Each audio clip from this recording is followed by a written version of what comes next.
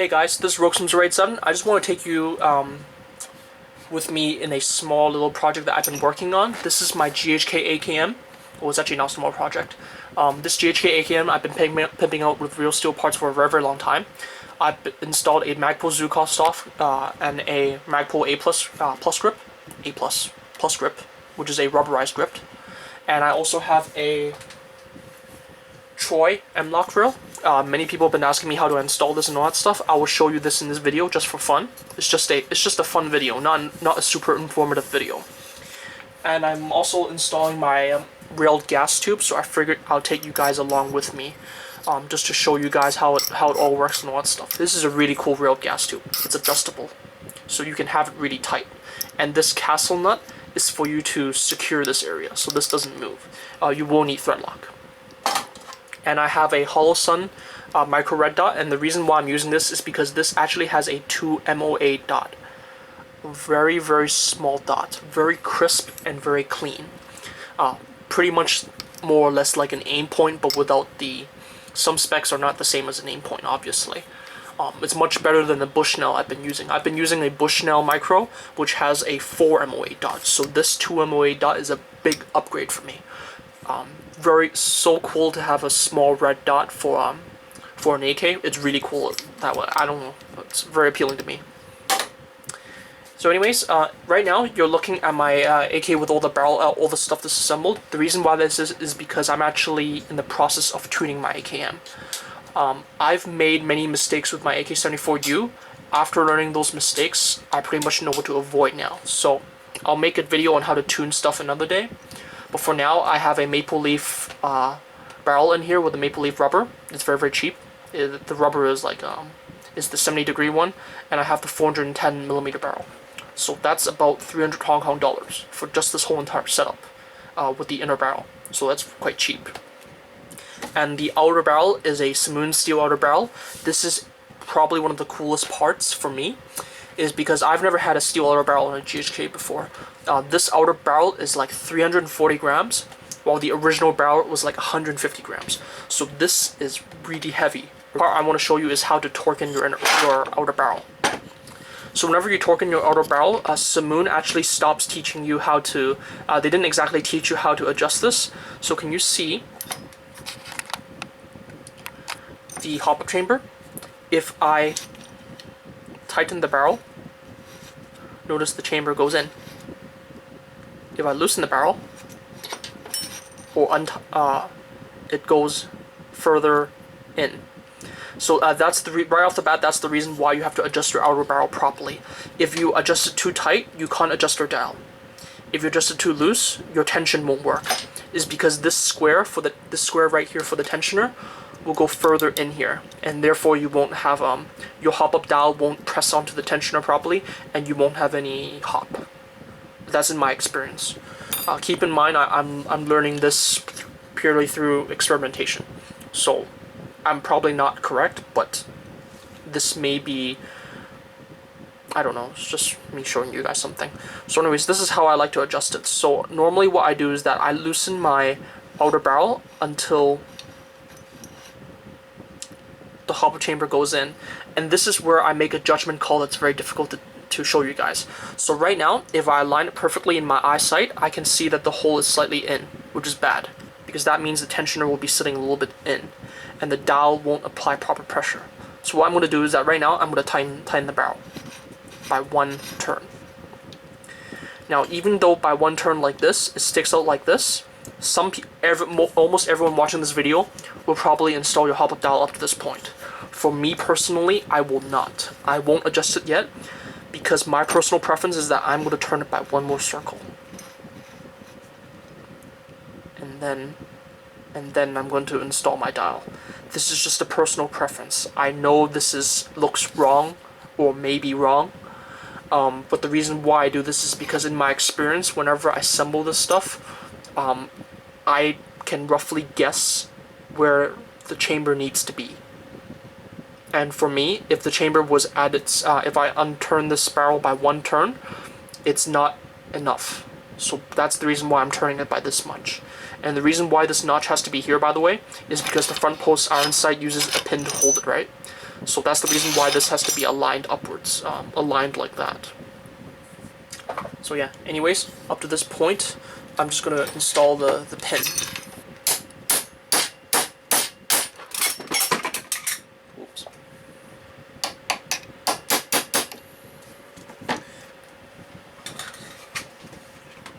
Okay, so got that pin in, and after you tighten that pin, get that pin in, tighten your, some people call these set screws, I call these grub screws. Probably the English side of me teaching me to call them grub screws. I'm just going to tighten them a little bit. It's worth noting that any screw that I have facing down, I actually have a little bit of blue thread lock in them already, as well as the one for the gas block itself. But for the front sight, again, I did the screw for the front and the pin I didn't install yet because I want to make sure everything's lined up. I actually already did the alignment work already, but I just didn't install the pins. Whenever you actually push this onto the barrel, it's already so tight that it won't move. You will need a hammer to even move this. So that's the reason why I don't have any pins or anything setting this, is because it doesn't move already. Just trust me on that. Be entirely honest with you, if you buy a steel outer barrel for your GHK AKM, you will then understand what I mean. Disassembling all this stuff is difficult if you don't have the tools and if you're not used to hammering stuff that hard. Earlier. So now, up to this point in the video, I'm just going to assemble my rail, and this is the part I wanted to show you guys. So I actually did spend some time just making sure I thread lock my gas tube just to make sure everything is set. But before you install the gas tube, you actually have to install the rail first. And here is the reason why. On these Troy AK rails, you actually have to do this. You have to slip it in like this. And then that's how it goes in. So I have my handguard retainer set.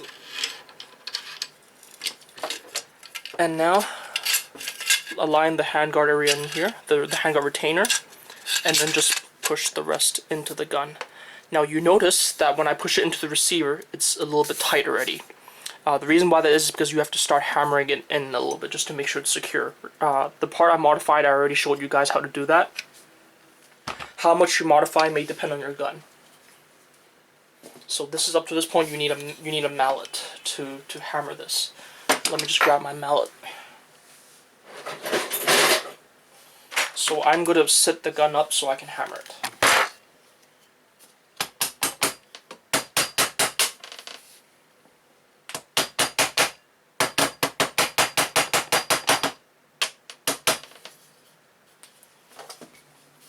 Okay, so seat the gun in. It's perfectly fine. And now for the handguard retainer. So I need to figure out the position of this handguard retainer first, just to see if I'm at the right location. Okay, so the handguard retainer is off right now. I need to push it in, and the way you do it, you just push it like that and then start flipping the switch. Now when you flip the switch, this is where things get a little bit tricky. This can be really difficult to flip. So what I like to do is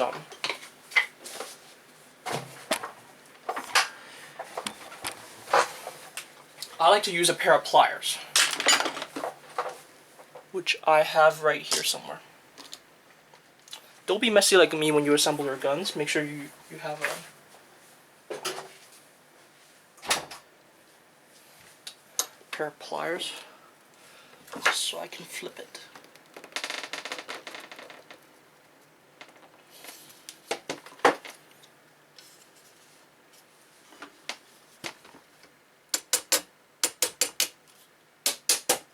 Okay, so that's how I flipped it. It will require, now up to this point the rail is a bit loose, and the reason why, this is the tricky part. Normally, if you look at the reviews of this Troy rail, it gets really poor reviews is because of the way you have to assemble it back. And the way you have to assemble it back is that you actually have to adjust these set screws from the back after you assemble everything right now. So it's very tricky because you need the Allen key, which I cannot find the Allen key out. Silly me, I had the tool under my AK.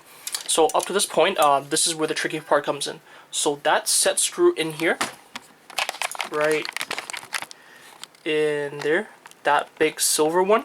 Normally, if you buy other Troy AK rails that has like a key mod or the Troy circular ones, you will not be able to do this. So basically what you have to do is that you have to tighten it from out here. Notice that I'm using this kind of a tip, the angled tips, where you can actually go at an angle and adjust the rail from an angle.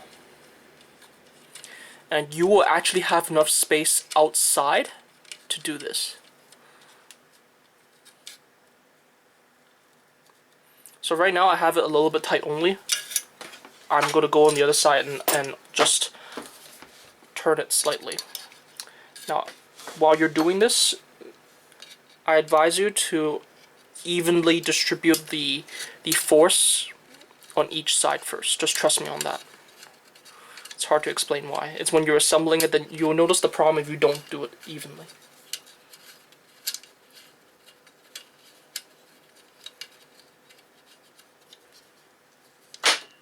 Okay, so now it's a little bit tight. Now up to this point, now you start torquing in the set screws. The reason why is because you want even pressure on both sides. If it starts angling off on one side, you'll actually be able to move the rail with your hands. That's actually partially the reason why this rail doesn't get good reviews, is because if you don't apply pressure evenly, you can knock it on the side, and it will actually look like it's like that. It will actually be off at an angle to one side. So that's just a quick installation tip for you if you wish to buy these Troy AK rails. I personally like them.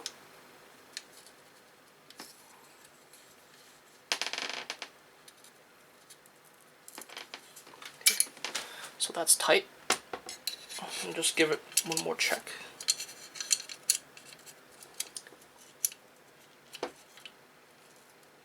Okay, so they're both secured now. Now notice that right off the bat, my sights are now straight, pretty much. Yep, that's awesome. And now here's the railed gas tube. So the railed gas tube, normally what happens is that before you actually buy one, this thing is loose, and you can actually adjust it. So in my case, since I already adjusted it to my AKM, I actually thread locked this main piece. And this castle nut prevents this from adjusting, in addition to thread lock. So it's a super secure way of attaching a railed gas tube.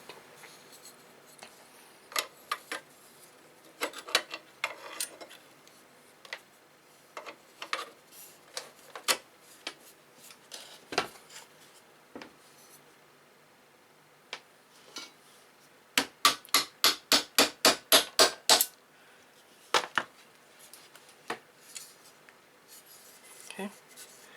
Now you tighten that gas tube. Now I have a bit of dry thread lock, so normally what people do is that normally they actually use a wrench to torque this in. I normally don't do it, but I'm going to do it in this case is because I'm no longer going to disassemble this. Normally you don't have to, but I will.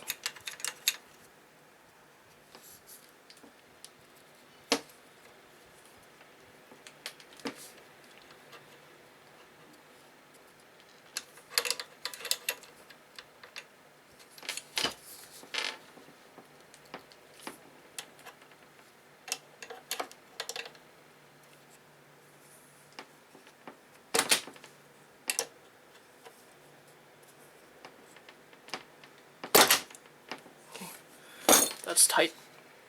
Yep, so that's all secured. Now up to this point I'm going to install my wholesome, and that's pretty much it for the end of the video.